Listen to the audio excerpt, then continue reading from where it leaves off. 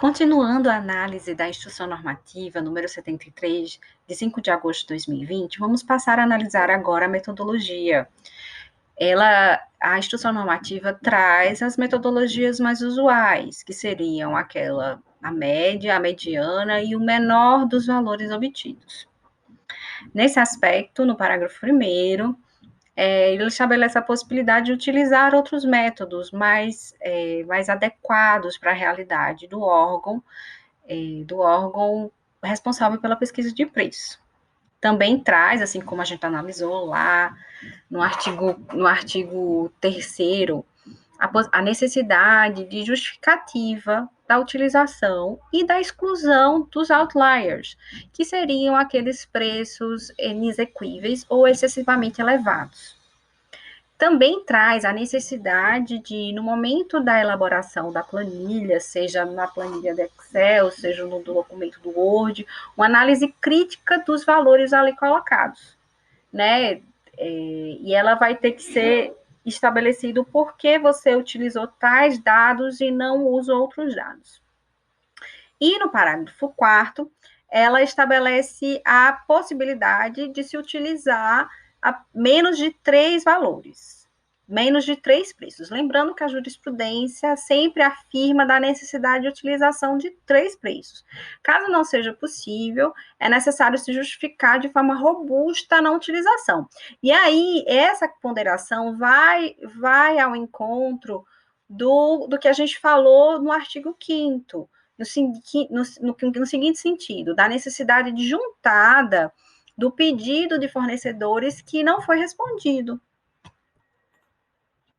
O artigo 7º fala sobre a inexigibilidade de licitação. E aqui cabe uma ponderação.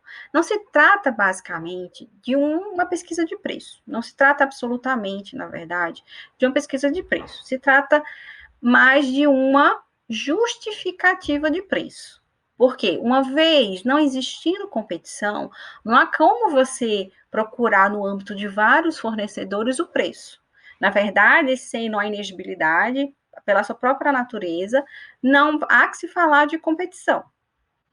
E aí, para você conseguir justificar e dar maior segurança para o gestor público na hora da confecção dessa justificativa, a instrução normativa traz a necessidade de se juntar documentos fiscais ou instrumentos contratuais idênticos comercializados pela futura contratada, emitidos até um ano a data da autorização da inexigibilidade.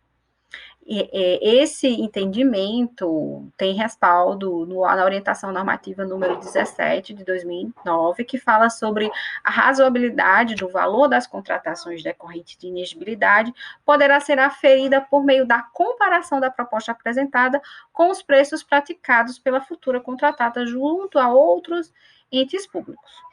O inciso 2 trata das tabelas de preços vigentes divulgadas pela futura contratada. Ou seja, são aqueles que são disponíveis para todo mundo ver. É o ideal. Por quê? Porque traz maior transparência no procedimento. O Acórdão TCU 2280 de 2019 fala sobre essa questão de que não se trata, como eu já falei anteriormente, de uma pesquisa de preço, mas sim de uma justificativa. O acórdão fala: a realização de cotação de preços aponta para a possibilidade de competição entre empresas, fato que por si só afasta a alegação de singularidade de serviço. Ou seja, havendo uma pesquisa de preço, se verifica que existem outras empresas que podem prestar esse serviço, e aí não há que se falar em inexigibilidade. Passando-se para o artigo 8º, tratou-se das contratações de itens de tecnologia da informação e comunicação, TIC. E se remeteu, não expressamente, mas obviamente quando se remete ao PMC-TIC, se remete à Instrução Normativa SGD número 1 de 2019.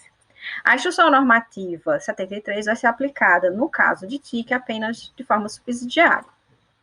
Da mesma forma, o artigo 9º trata da contratação de serviços com dedicação exclusiva de mão de obra exclusiva, que deve seguir os parâmetros da Instrução Normativa número 5, de 26 de maio de 2017.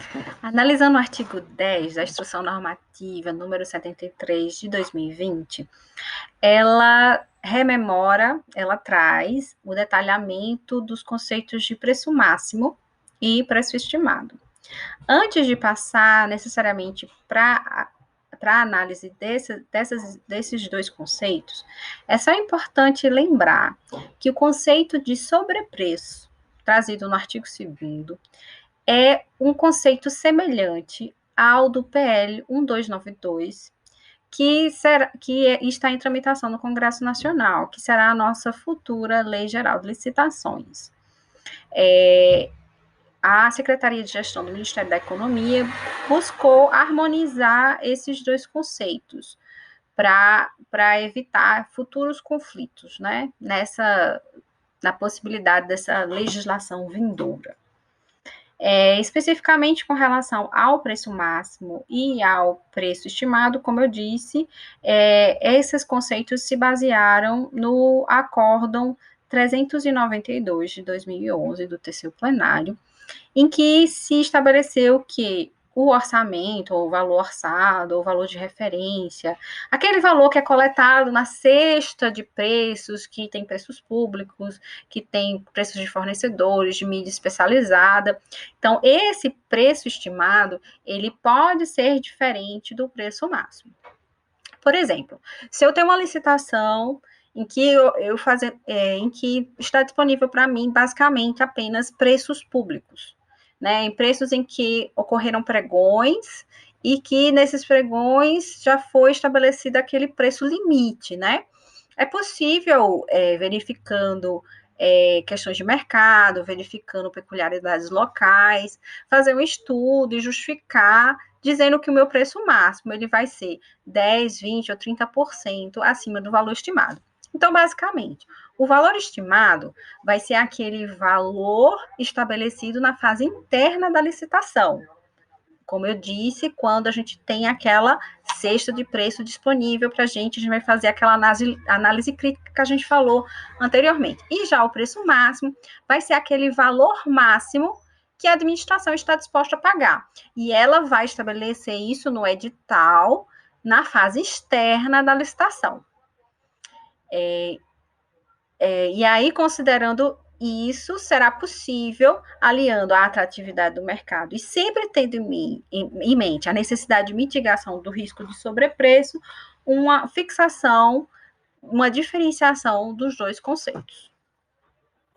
Então, dito isto, vamos finalizar a nossa análise da norma com os artigos 11 e 12, que falam sobre revogação e vigência. A revogação, com relação à revogação, o artigo 11, ele basicamente revoga a Instrução Normativa número 5 de 2014 e todos os normativos posteriores, que é a Instrução Normativa 7, que alterou, assim como a 3, de 2017. Com relação à vigência, o artigo 12 estabelece que a Instrução Normativa entra em vigor na data da sua publicação, mas ela estabelece uma regra de transição no parágrafo único que diz que aquelas pesquisas de preço realizadas sobre a égide da Instrução Normativa número 5 de 2014 continuam por ela regidas, privilegiando assim o princípio do tempus regit actum. Okay? Muito obrigada pela atenção. Foi um prazer estabelecer essas minhas primeiras ponderações sobre a Instrução Normativa número 73 de 2020 e até a próxima.